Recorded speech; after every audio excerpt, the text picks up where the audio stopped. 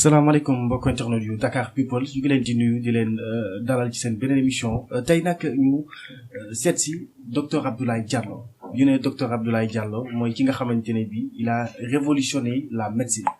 ñu gis ne jamono bi docteur dafa bëri lu muy génn ci ay médias mais seul combat wala lépp loo xamante ne bi rek daf koy xeex mooy fexe ba dooleel médecine traditionnelle bi nga xamante ne bi souvent gars yi am nañu tendance di ko foye wala ñenn ñi tax nañ ba gëmatuñu médecine traditionnelle loolu yëpp dinañ ci dugg ci waxtaan bi xool jàngoro yi nga xamante ne bi hôpitaux yi tële nañu ko te moom mu di ko faj moom docteur Abdoulaye Diallo laataa loolu ñu nuyu ko docteur ñu ngi lay nuyu. maa ngi lay fay mon frère Khadim di nuyu sa àndandoo yëpp di nuyu waa Dakar Buzz. merci beaucoup jërëjëfati Dakar People. Dakar People du moins. voilà docteur fi ñuy commencé mooy gis nañu ne ces temps-ci da ngay def média yëpp tey da nga ci nekk dañu lay invité partout parce que da nga def ay révélation yoo xamante ne bi faraluñ woon di ko gis en tout cas ci koo xamante ne bi dafay yëngu ci wàllu praticien par exemple di fajum olof ba pare am ay jàngoro yoo xam ne docteur daf ko daan faj mu dem ba tële ko wala ngay taxaw ne lii nii docteur mënu ko faj lii mën maa ko mën a faj lu ci mel ni siti par exemple fan nga teg yooyu révélation yi ngay génn. Khadim, man je ne fais pas de la médecine traditionnelle, je fais de la naturopathie. te gëmuma médecine moderne gëmuma médecine traditionnelle. Médecine c'est médecine point barre. yaa fi waxu siti par exemple. Siti je défie quiconque médecine moderne xamul sax nu mu tudd amul ci médecine moderne. xam nga wax naa ko ci benn émission nee naa leen yàlla daf may tubaab yi xam-xam may leen lu bari mais mu xañ leen ñaar ni ñuy fajee colopathie ni ñuy fajee siti. colopathie mooy feebaru biir te ñëpp xam nañu ndeyu feebar yi biir la baayu feebar yi deret la donc ndeyu feebar yi biir la baayu feebar yi siti la. dinaa la wax tout à l'heure lu tax ma wax la ko. léegi ñoom amul médecine moderne amul kenn ku leen mën a ne colopathie day wér dañ leen naan régime à vie. man kese ngay gis ma jox la benn garab tout de suite nga naan ko benn yoon à moins de 8 heures temps sa colopathie jeex na. colopathie bi mu doon colopathie fonctionnelle mu doon chronique c'est fini. lu tax ma ne bii mooy ndeyu feebar yi bële mooy bàyyi feebar yi. colopathie day indi bët yu lëndëm day indi bopp bu métti day indi tànk yu tàng ci suuf day indi hémorroïde day indi rétrécissement sexuel day indi faiblesse sexuelle day indi méttitu ndigg day indi tayal day indi ñàkk nelaw day indi reflux gastrique day indi ballonnement day indi ngelawal day indi li ñuy wax halitose scientifiquement mais ñu koy tuddee dans le langage courant mauvaise haleine day indi sax ulcère. kenn mënul faj lii ma wax fii lii ma fi lim fekk jaaru ci colopathie fekk raxasoo biir bi kenn je défie quiconque. te colopathie ci biir bi métti lañ ko gën a xamee. colopathie biir la feebaru biir la bu la dalee da ngay seere lu bari doo mën a digérer doo mën a dem douche normale. mën na sax fàttaloo sa dënn ngay nooy difficilement. am na ni muy yàggee sax di nga dem ba am odeur bu xasaw buy génn ci sa bakkan. kenn mënul faj hémorroïde jaarul ci raxas biir bi fii moo tax ma mën gaa yi même ñii naan fii ay tradipraticiens yi bien que léegi dañuy jël samay kaddu nag di ko dóor ci seen émission yi mais vérifier leen comme nee naa hémorroïde kenn mënu ko fajul cosaan bi mooy biir wi léegi commencé nañ jël kaddu yi mais ba léegi ñoom amuñu garab de buy raxas biir bi amuñu ko. alors donc hémorroïde mënoo ko faj raxasoo biir. ulcère mënoo ko faj raxasoo biir aussi. moo tax au niveau de la médecine moderne dañ lay taneloo dañ lay jox ay garab ngay màcc di màcc rek muy tane mais pour nga wér c'est tout à fait un problème alors que ñun ulcère par exemple même de type 3 en 3 à 4 semaines nga wér maximum 4 semaines. ulcère duodénal muy noonu xoola colopathie mi fàtte naa la wax ni muy constipation bi day tax ba nga am hernie discale. Hernie discale tubaab lu ñu ci xam mooy opère te ñoo la gën a xam ne opération bi risque la suñ la ko waxee suñ la ko waxul 70% de risque 70% de chance am nga ko pour être handicapé ñun ñu faj la ko en 4 fois 4 semaines ça fait 16 semaines c'est-à-dire il faut d'abord vider biir bi parce que yaa ngi ko amee ci biir buy seere ngay sëgg lu bari wala biir bu seere ngay toog lu bari wala biir bu seere ngay yenn lu diis ma vider biir bi ma fajal hernie discale bi pendant 4 fois 4 semaines premier mois bi tous les mois c'est 40 000 ça fait 160 000 xoolal rek kii 10 000 à 175 000 yow nga traité sa hernie discale c'est-à-dire 15 000 raxas biir bi 4 fois 40 000. même bu fekkee dafa avancé bañ koy waaj a opérer. bien sûr hernie discale yu bëri dañ koy waaj a opérer d'ailleurs premier mois bi day métti ci yow nag parce que garab bi mooy rocc ci siddit bi même bu duggoon ci disque bi da koy génnee attention nag hernie discale mën na nekk ba 5 L dañ koy waxee L1 L2 L3 L4 L5 5 noyaux ñoo fa nekk boo xamul noyaux yi doo mën a faj moo taxit hernie discale rek la nit di ñëw bu dee góor nga boo ñëwee rek dama lay lamb man du ma lamb client bu dee jigéen nga du ma la lamb damay taxaw ma ne la fan mooy métti ci yow nga laal ma fii ma xam exactement naka laa lay fajee hernie discale nag attention ñenn ñi dañ koy wax nerf sciatique bokkul hernie discale nerf bu coincé la ci disque yi ak nerf sciatique fii lay commencé di wàcc ci fes yi wàcc ci hanche ba ci suuf. mais loolu bu dalee bokkul nerf sciatique par exemple 3 mois laa koy faj hernie discale 4 mois xam nga donc bokkul. d'accord ma ñëwaat ci biir bu tilim toujours. même migraine. foo gis koo xamante ne biir boppam day métti tout le temps ay années mu ngi koy faj naan na garabu paracétamol bu ne wérul man duma la ko faj tànk jaaruma ci biir bi ku ko am xamal ne daal colopathie ngi ci wala am na benn butit bu bouché biir bi daal am na problème da ngay vider biir bi ba pare la lendemain nga ñëwaat ci man am na lu may def ci bopp bi doo fi génn wéroo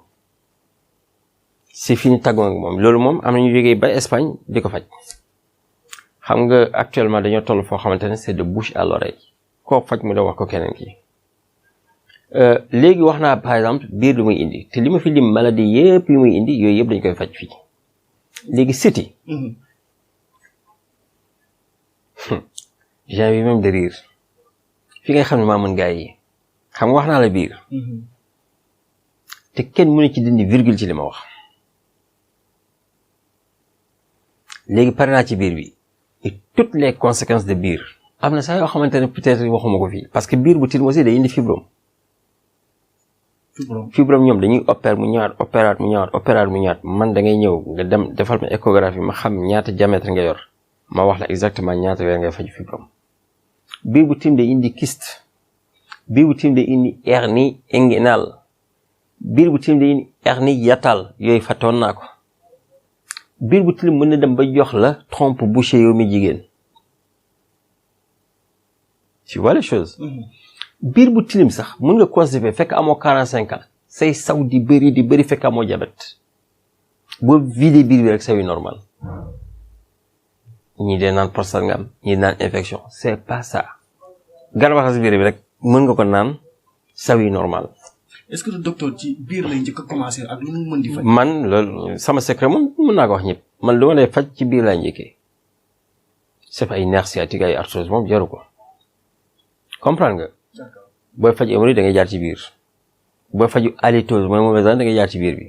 ballonnement da ngay jaar ci biir bi ngelawal dama lay jaaral d'abord ci biir bi bopp bu métti da ngay jaar ci biir bi tànk yu tàng mën nga naan garab bi sax mu jeex ngóor sax dama la ko faj fekk raxasuma sa biir parce que góor biiram mooy léppam boo amee colopathie ñu jox la garab puissance sexuelle doo musa wér boo amee hémorroïde déjà colopathie bi wala biir bi nu mu tilimee mën na la jox hémorroïde boo ko amee même boo jëlee toutes les garab de puissance sexuelle doo musa wér te attention dafa am impuissance sexuelle am faiblesse sexuelle bokkul am rétrécissement sexuel am trouble érectile am éjaculation précoce yi garab bu ci ne garabam am na bokkul ak beneen garab bi c'est important nit ñi xam loolu koo xamante ne day gaaw a àgg kooku tekkiwul dafa faible kooku éjaculation faciale lañ ko woowee wala éjaculation précoce tout court tu n'es pas faible tu n'es même pas aussi impuissant parce que mu ngi jóg. D'accord. Impuissant mooy koo xamante ne du jóg faible mooy koo xamante ne fii day jóg mais dafa gaaw a. mais du yàgg. dafa gaaw a kii quoi pas yàgg parce que boo nee yàgg mooy da ngay daanu. fii daanu amu fi mais da ngay taxaw mais du dëgër mu yolomaat. ci fekk dafoo dara sax. ci ban durée ngay faj loolu. il faut d'abord ma xool prom ndax ma ne la dafa am colopathie wala dafa am hémorroïde wala dafa am siti soo amee ñett yi foog ma jaar d'abord ci ñett yi nit mënul am siti jël garabu gaaw a daan wér il faut nga faj siti ba pare parce que doxam siti day indi gaaw a daan doxam siti mooy indi arthrose gisoo médecine moderne amul kenn ku leen mu ci mën a jox garabu ngóora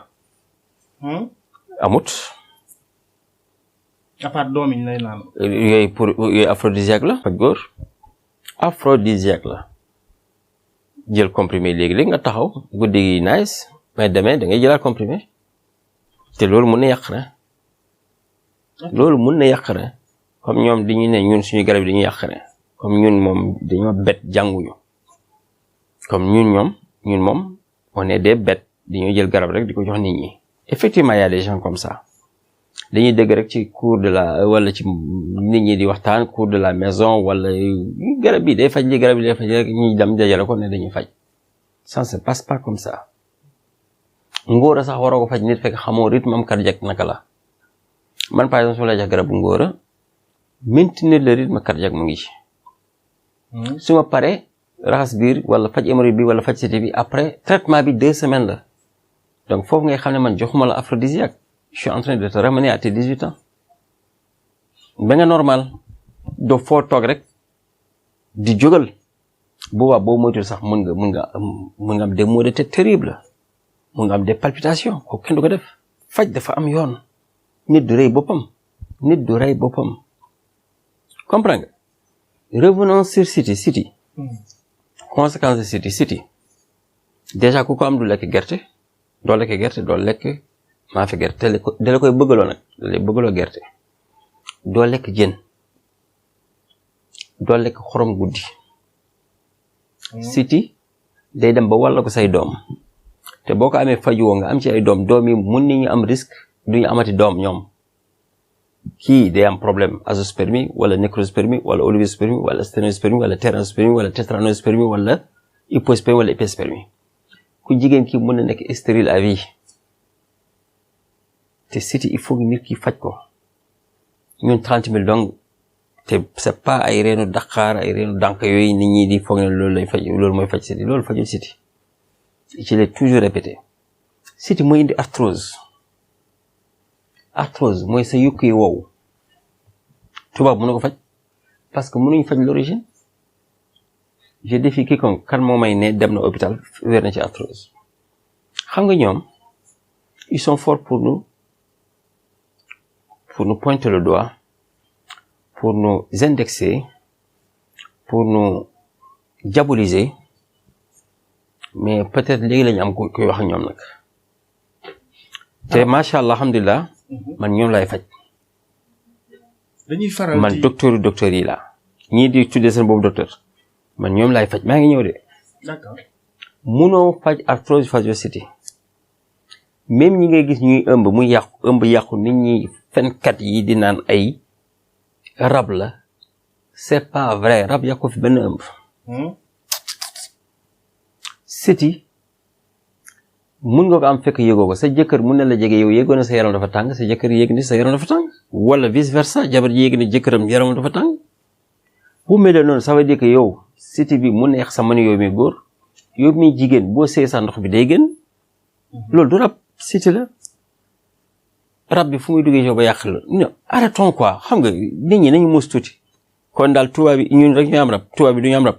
gëmoo yooyu arrête non gëmuma loolu gëm naa rab mais gëwuma ne rab day yàq ëmb non je suis pas d'accord je ne suis pas d'accord ki taw am doom du ci ay rab nga koy faj non koo xamante ne day ëmb muy yàqu di ëmb muy yàqu wala mën na dem ba 8 mois sax mën na dem ba accoucher sax peau bi day yàqu kooku siti bu fort la il faut nga traité ko rek c'est juste ça même sperme mënoo ko fajoo siti parce que siti bi moo yàq sperme bi. traitement bi combien de temps la. léegi nag bañ a mën a am doom c'est pas seulement siti trompe mën na boucher ñun par exemple dañu koy déboucher 4 semaines sans problème méttiwul garab da ngay naan 40 000 ngay fay fibrome mën na la tere am doom polype mooy plusieurs kystes quoi mën na la tere am doom yooyu yëpp dañu koy faj d'abord balaa ñu lay jox garab am doom pourtant garabu am doom am na garab stérilité am na mais doo ñëw rek ma jox la garab stérilité fekk xawma les antécédents soo amee ay pathologie il faut ma faj ko d'abord doog laa jox garab am doom alxuraan bi yàlla moo ne a'uudu billahi minash shaytaanir rajiim bismillahir rahmaanir rahiim wa nunazzil minal qur'aani maa huwa shifaa'un wa rahmatun lil mu'miniin wa laa yaziidu zaalimiina illaa khasaaran. Nous avons fait descendre en ce Coran flux de guérison et de miséricorde pour ceux qui croient, mais une perdition accrue pour les impies. ñi ko gëmul seen affaire la. alxuraan bi am na loo xamante ne da nga koy bind saafara la bu docteur adduna yëpp neewoon doo am doom da nga am doom. Ah oui ça c'est expérimenté Diallo du waxantu yoo xam nga Diallo namul dara bay fen soo gisee may wax média xam nga ne guerre des zones laay def rek parce que fenkat yi bëri nañu di yàq suñu métier rek ma takk sama costume nag sama cravate di défendre suñu médecine je veux imposer ma médecine comme les Japonais ont réussi à imposer la leur je veux imposer ma médecine comme les Chinois ont réussi à imposer la leur. D'accord. Et je compte sur de vaillants citoyens comme vous. Merci beaucoup. Alors bokk na ci ñi nga xamante ne bi aussi da nga koy faj muy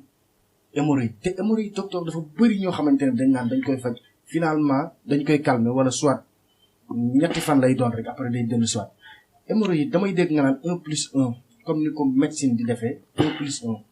bu ñu loo xamee ci wàllu médecine traditionnelle ba pare ngay def 1+1 mën nañu waxtaan ci hémorroïde tuuti. hémorroïde wax naa ci déjà. hémorroïde dafa am interne am externe am na hémorroïde boo xamante ne xam nga ban moo gën a bon interne gis nga bii di génnee deret wala booy laabu nga laal dara boobu garaawul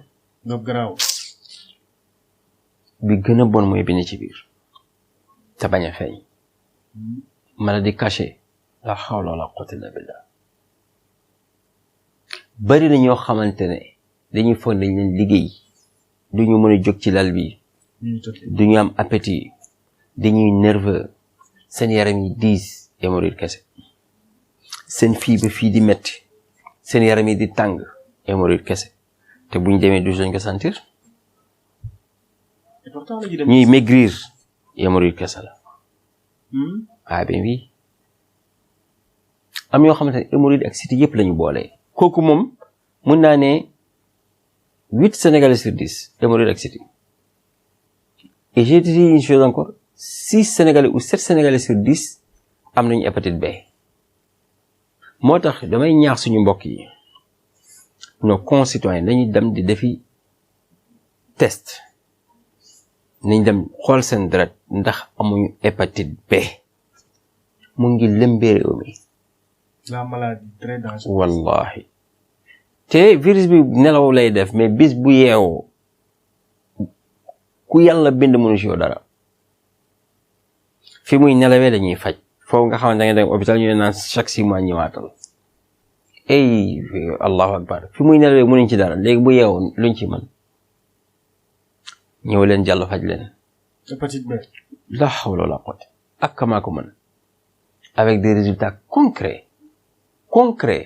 waaye yéen est-ce que mënu leen def émission rek boo xamante ne ngeen di ñëw di poser question samay patients je vous donne l'ordre wala ngeen def émission yoo xamante ne témoignage yi ñuy am rek ngeen génnee ko spécialement ça rien que ça. gis nañu keroog koo xamante ne da nga koy faj hépatite B ba mu dem consulter ci boppam docteur yi gisatuñu dara donc loolu suñu ay bët moo ñu ko may mais hépatite B souvent nga faj ko ba suñu gis benn révélation bu mel noonu mais est-ce que kon Diallo du faj sida parce que hépatite B virus bi dafa xaw a nuroog sida lool booy faj nit hépatite. mën naa la jox tout de suite un numéro en direct ngeen woo ko ngeen laaj ko ban mbokkam la fi indoon ñu jógee France ban mbokkam la indoon fi ñu jógee France mu amoon sida ñu jox ko garabu hépatite 2 mois mu wér. 2 mois sida bi. bon man néew ma damay faj sida de waxuma ko de mais dama ne laaj leen kii rek il est en France plus 33 6 68 05 69 09 jël leen numéro bi ngeen woo ko wala WhatsApp ngeen laaj ko ndax Diallo faj na mbokkam bu amoon sida à la place de garabu hépatite néew ma am naa garabu sida de na leer nañu mais xam naa daal c'est le même virus garabu hépatite mun a faj am na sax keneen mais kii quand même kii xam nga mbokkam la am na benn femme boo xam ne dafa amoon hépatite ak sida à la fois gis nga mu ngi nii di ma naan coucou tu peux m'aider à écrire alhamdulillah sans faute s'il te plaît parce que du jullit mu woon ma fi résultat am gis nga non présence afin xaw ma lan non hépatite non détectée je crois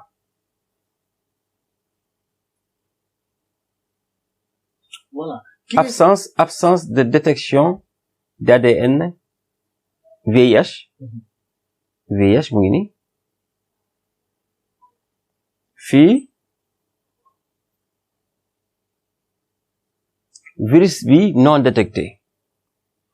xoolal après mu bind fii bonjour docteur Diallo c'est du ma jaar ci tur bi j'espère que tu vas bien voici mes résultats d'analyse après les 6 mois de traitement un grand merci à toi merci 1000 fois que dois-je faire maintenant merci bonne journée gis nga alhamdulillah merci docteur ma ne ko nag na jox ko 2 mois moo tax mu envoyé frère am bi ma jox ko yeneen 2 mois parce que hépatite je préfère ma traiter la ko en 8 mois pourquoi ma wax la lu benn docteur xamut yii moom maa ko njëkk a génne ci àdduna bi dama ne xol bi ak foie bi dañuy nëbb deret chaque 45 jours lañ koy génne xam nga 45 c'est quoi Adama foo gis 45 rek xamal ne Adama la xam nga aussi Adama c'est quoi 45 bi c'est 0 plus 1 plus 2 plus 3 plus 4 plus 5 plus 6 plus 7 plus 8 plus 9 tous les chiffres réunis ñoo joxe 45 yàlla tout est codé chez lui dañ koy génne léegi boo fajoo ci 6 mois yi par exemple veille 6 mois bi deret bi dugg ni ci foie bi wala ci cœur bi dans 45 jours deret boobu génnaat le sang là était infecté te réinfecté wala yaram bi moo tax ma ne ajouté 2 mois bii moom mosoo dégg kenn wax ko ak cycle jigéen mu ngi nii ci loxo fii 2 colonnes la fii 3 fii 3 fii 3 fii 3 ça fait 14 fii 2 fii 3 fii 3 fii 3 ça fait 14 14 14 ça fait 28 jigéen day jël ëmb fii 13e 14e parce que 3 6 9 12 13 14 fii lay ëmbee kii moom man rek maa ko njëkk wax. d'accord xam nga nit luy njëkk d'abord balaa nga doon fajkat na nga may yàlla yow tu ma connais tu m'as fréquenté xam nga moom am naa may yàlla man moom ku nekk ak man nga xam ma nit du wax boppam man ku doful boo ma gisee xam nga yaa quelque chose ku doful noonu nag je ne peux rien contre les ennemis noonu munoo fexe ba mu doon un ami et il faut dans la vie aussi il faut nga may noonu parce que même le courant nag il faut un moyen un plus noonu defaat ko xarit essayer ko def ko xarit pour mu bëgg la c'est comme jàpp sataane ko da nga koy gëmloo yàlla. alors docteur Diallo dans son habillement docteur Diallo ci mode de communication docteur Diallo ni mu mel et pourtant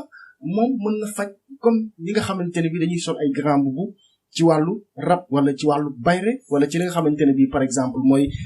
may wërsëg macha allah garab yoo xamante ne bi boo ko sangoo suñu borom dafay ubbi say bunt ci wàllu wërsëg pourtant dañu foogoon ne dooy def loolu bu ñu la gisee ci sa habillement yooyu. mais dafay tekki ne xam-xam newul rek ci habillement c'est quoi. li nga mel ci costume. l'habit ne fait pas le moine non. richesse. xam nga man li ma gëm lay def. moi je triche pas je suis un homme entier. Exact. mais si c'est la richesse alhamdulillah j'en ai.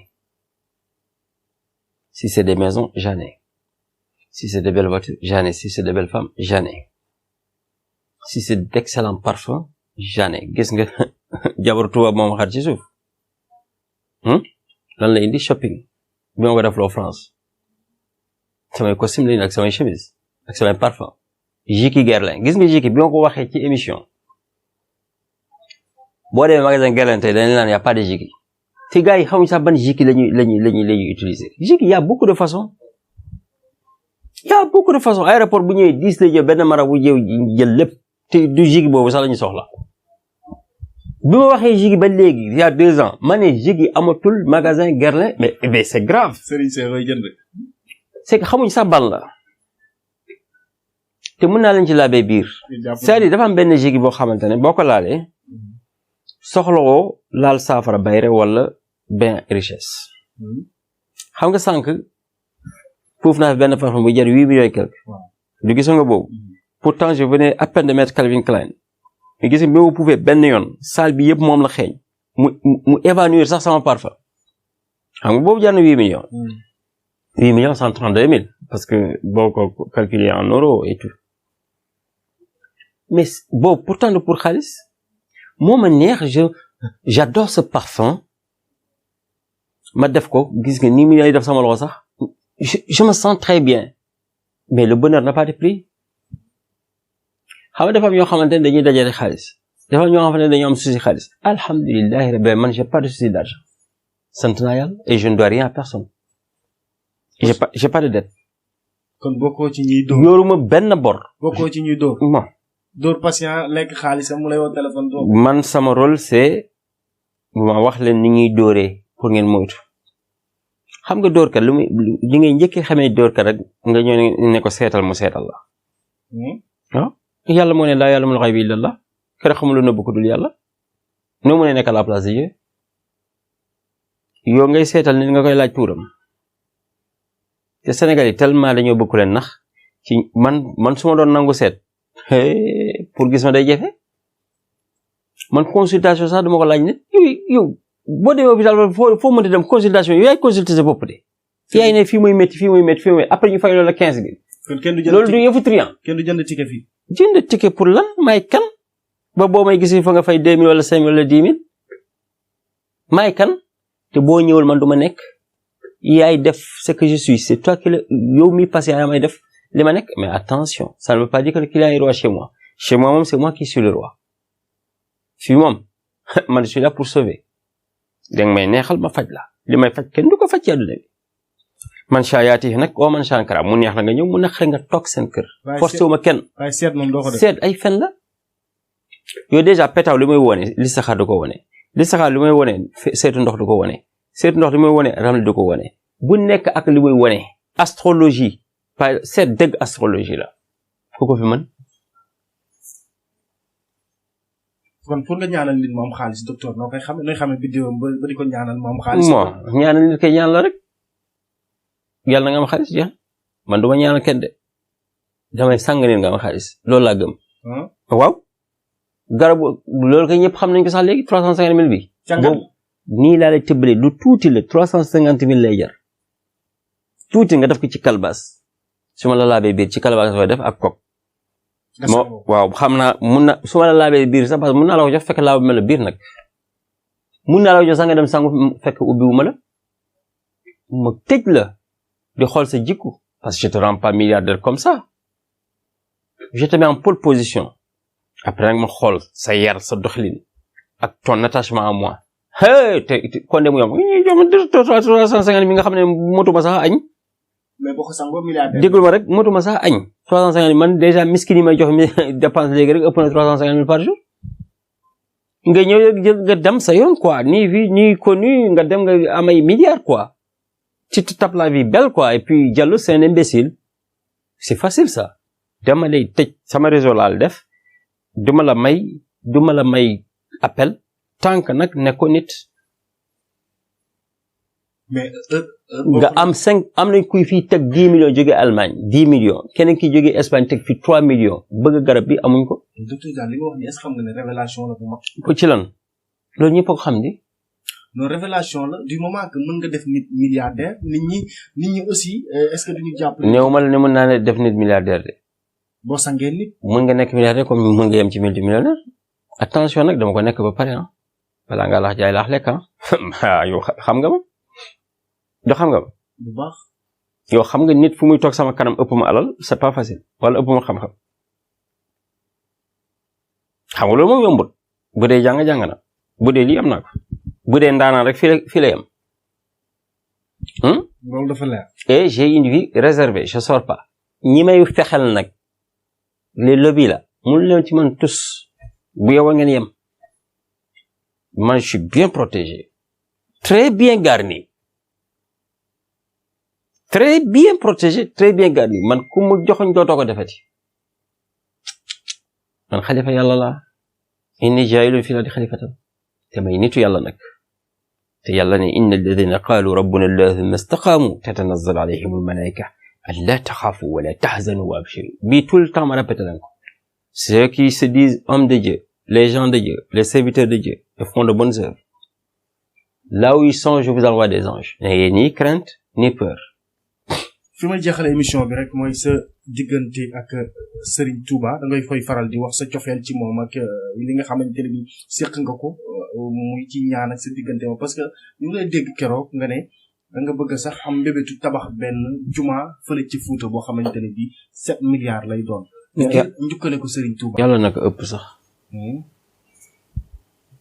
yàlla na ko ëpp 7 milliards bi li ma ci junjoon mooy ma dem ci Cheikhouna Cheikh Mbackiyou Faye mu abal ma plan Massalikul Jinaan ma yokk ci pour jàkk jooju gën rëy Massalikul Jinaan loolu dong la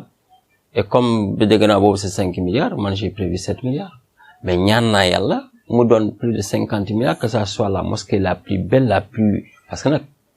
Sëñ Touba c'est la perfection c'est lui qui incarne la perfection Kamal donc nag dama bëgg benn mosquée bu perfectionné ah ben oui nga xam ne même boo taxawee climatisation bi et puis ci da ngay waa yooyu tamit yàlla dafa rafet bëgg lu rafet allahu jamilun yuhibbul jamal xam nga yaa ngi may posé question ni may solo nangam yàlla moo bëgg lu rafet yàlla moo bëgg lu set yàlla moo bëgg lu cher nit ki du li ngay ñaan yàlla ngay am li nga yéenee sa bopp ngay am man bi may def sëriñ kenn gisuma télé kenn gisuma YouTube sëriñ soxlul loolu lu sëriñ nga la génne YouTube la génne télé xanaa tuur yàlla yi amoo ci booy wér nit ñi rang lu nit rek nga soxla ana sa bayre ana sa zuyyina linnaasi hubbu shahwaati mina nisaa'i wal baniina wal qanaatiiri al muqantarati mina ad-dahabi wal fiddati wal xayli al musawwamati wal an'aami wal harthi dhaalika mataa'u al hayaati ad-dunyaa wallaahu indahu husnul ma'aab anam man gëwuma loolu de man bi may sëriñ ñëpp xam nañu suru kaab laa doon wér dañ doon rëng parce que ñëpp xamoon nañu 14 heures laay commencé damay nalaw ba 13 heures yeewu añ commencé recevoir ba minuit voire 2 heures du matin ñëpp xam nañ ne ay ponkal ñoo doon rëng yoroon naa benn tour boo xamante ne sax su ma neexee mois bi ay drienk rek ñooy ñëw yàlla xam na ko bi may def maraboutage bon ñëpp xam nañ ko sax maa ngi jékki-jékki bàyyi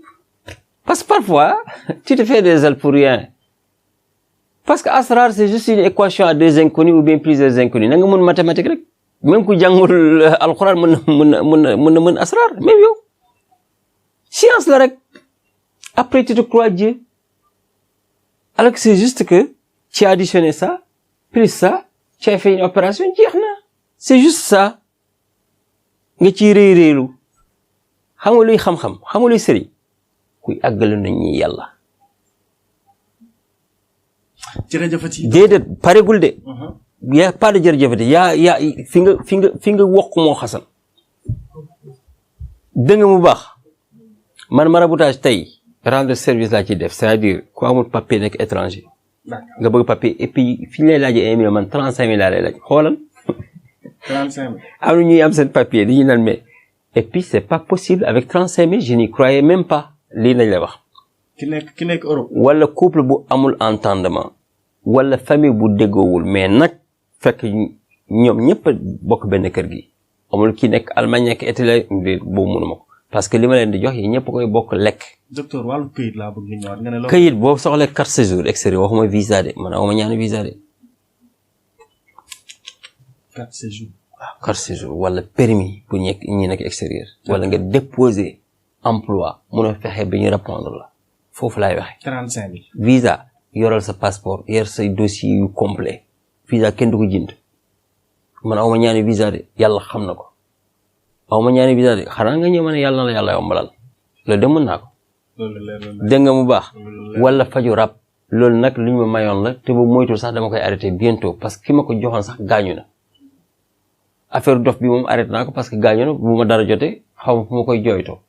rab bi moom xam naa c'est pas trop méchant mais même là c'est des risques parce que j'ai des enfants quand même si j'ai pas la chance de vivre avec parce que man yàlla daf ma esselé nag waaw xam nga ku nekk yàlla ni mu la mayee yàlla du mayee lépp man yàlla li ma xañ je peux le dire publiquement mooy stabilité de couple lii la ma yàlla xañ mais Dieu m'a tout donné mais j'ai pas la chance d'avoir une stabilité de couple maa ngi koy sant yàlla nag xam naa nag peut-être dama ko ñaanoon àjjana ci àdduna àjjana ci àllaaxira moo tax mu facilité ma lay fii quoi comprendre nga fii nag duma doxaan wala di génn su ma la xamee c'est pour t'épouser nga dugg beew nag ma ne la dama sa yoon bato dem bato costé man moom dara àgguma fii lépp àdduna fii laa ko teg sànq bi ngeen dugg nee naa leen même boo foo toog xalaatal sa dee na ngeen xam nga nee naa man damaa pare man foo ma fekk billahi pare naa boo ma laajoon su ma dee fu ma jëm xam naa fu ma jëm parce que xam naa ci lan la ma fekk maa ngi dund lu nice lu neex yàlla dunduma ci hypocrisie tantôt faire du bien tantôt faire du mal non je ne fais que du bien xam nga bu ñu la ne boo dee foo jëm ajana wala safara nga ne ah loolu de yàlla xam sama waay da ngay def lu baax di def lu bon mais boo nekkee ci dëgg rek xam nga ne ajana nga jëm parce que yàlla du fen Dieu va toujours tenir ses promesses du ma jëw xam nga jëw mooy bakkaar bu gën a rëy ci àdduna wala di sosal nit comme Sénégal yi ni ñuy def sos rek xam nga benn affaire moo tax léegi ma dal ba benn noonu dootuma embêté d'ailleurs man j'ai jamais lu les commentaires j'ai jamais réécouté mes vidéos te comme xam naa leen ci man yaram bi tooke la damay naa sax boo ñu tegee sama vidéo désactiver les commentaires parce que bëgguma lor ay nit parce que xam naa il y a de très proches de moi qui sont hyper informatisés yoo xamante ne ñoom lii rek lañ bëgg di ma yàq man samay proches rek ñoo ma yàq te effectivement ku reyoon say noonu say mbokk jeex mais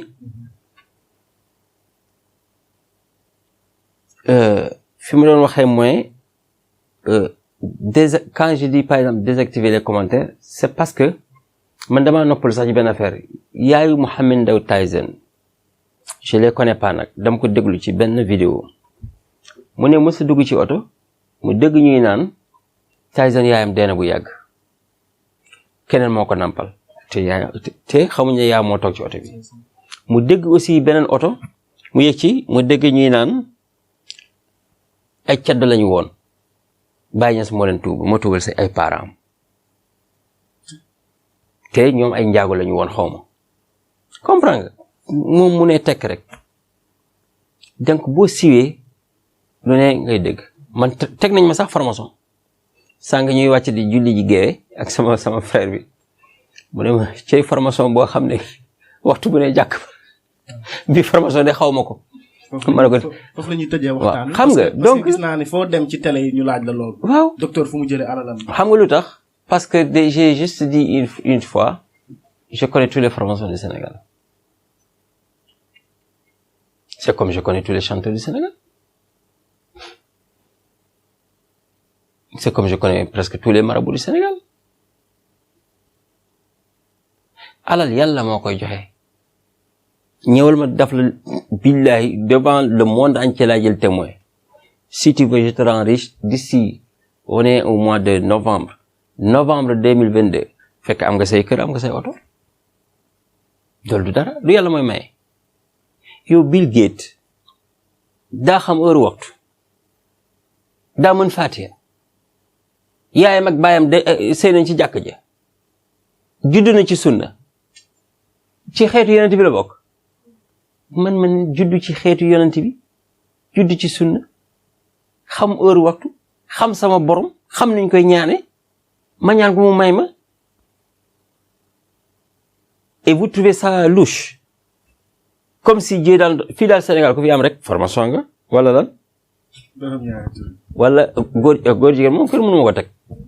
góor jigéen moom kenn moom parce que man j'aime les femmes. Alors docteur et je suis machallah un très bon cheval. foofu la ñuy jeexal émission bi dañu lay bàyyi kooku moom wol sama jabar li nga laaj. sa kàddu gu mujj lan lay doon ci émission bi. sama kàddu bu mujj yàlla bu mu doon sama kàddu bu mujj. astagfirullah la ilaha illallah wax nga musiba. sa kàddu gu mujj ci émission bi. sama kàddu mujj de man dama am benn préoccupation. tey lu ma touché quoi tey. imaginez Kanel mon beau village. nga xamante ne ñu ñëpp bokk. kër yëpp kër boo dugg sa kër la. ñu am 5 candidats à la mairie. ñii far fii ñii far fee ñii far fee ñii far fee au lieu ñu far par diplomatie et politiquement je crains que ñoom ñëpp ñu doon ay noon c'est la seule crainte que j'ai parce que dara soxaluma lu du Kanel man lii rek naqar boobu souci boobu occupation boobu rek tey laa est-ce que mes frères et sœurs comprendront que ñoo bokk fu ñuy naane bokk fu ñuy tëddee bu ñu dee est-ce que comprendre nañ que l'enfant de l'autre c'est ton enfant est-ce que comprendre nañ que ce qui nous unit est mieux que ce qui nous divise man loolu rek tey man c'est-à-dire man c'est ça qui me trouble la tête en fait kii di xëcc te ku bëgg a gagner il faut nga yàq keneen ki pour lan politique waxal sa mbaaxu morom du yàq ci sa mbaaxu dara mais bàyyi di wàññi sa morom pour rek am li nga bëgg non ça ne se fait pas comme ça. docteur fait de la politique. Jamais de la vie parce que ñëpp xam nañ Diallo ne ment pas Diallo ne triche pas Diallo du neexalaat Diallo est nerveux hyper nerveux bokk Diallo du maye dara man nga tooñ ma yónni la sama rawxaan bu gën a tuuti samay rawxaan mu ñef la. man nii lañ ma nit ñi xam man barki Sayyidina Muhammad sama yaay ñemewu ma sama papa ñemewuñ man ku ma ñemee dangaa dof wala danga maa xamut man su ma lay rey gis nga ni ñuy goree garab xam nga garab boo koy rey bul gor ci kaw ci racine yi ngay dem je te tue à petit feu dootoo ne alhamdulillah ba ila yawmi diin kooku ñi ma mës a sëkkal dara yépp d'anormal seet leen seen bopp contredisez-moi amatul kenn ku ci ne alhamdulilah ñëw rek jëbbalu nag man duma yàlla de waaye duma leneen lu dul yàlla. macha allah mi ngi noonu docteur Diallo la c'est un homme. yow doo yàlla xaaral mu leer nag parce que waxoon naa fi Sëñ Tuubaa du yàlla waaye du leneen lu dul yàlla mu indi fi coow yëpp ñu ne nee naa Sëñ Tuubaa yàlla la lépp yow sax doo yàlla waaye doo leneen lu dul yàlla parce que tout est Dieu.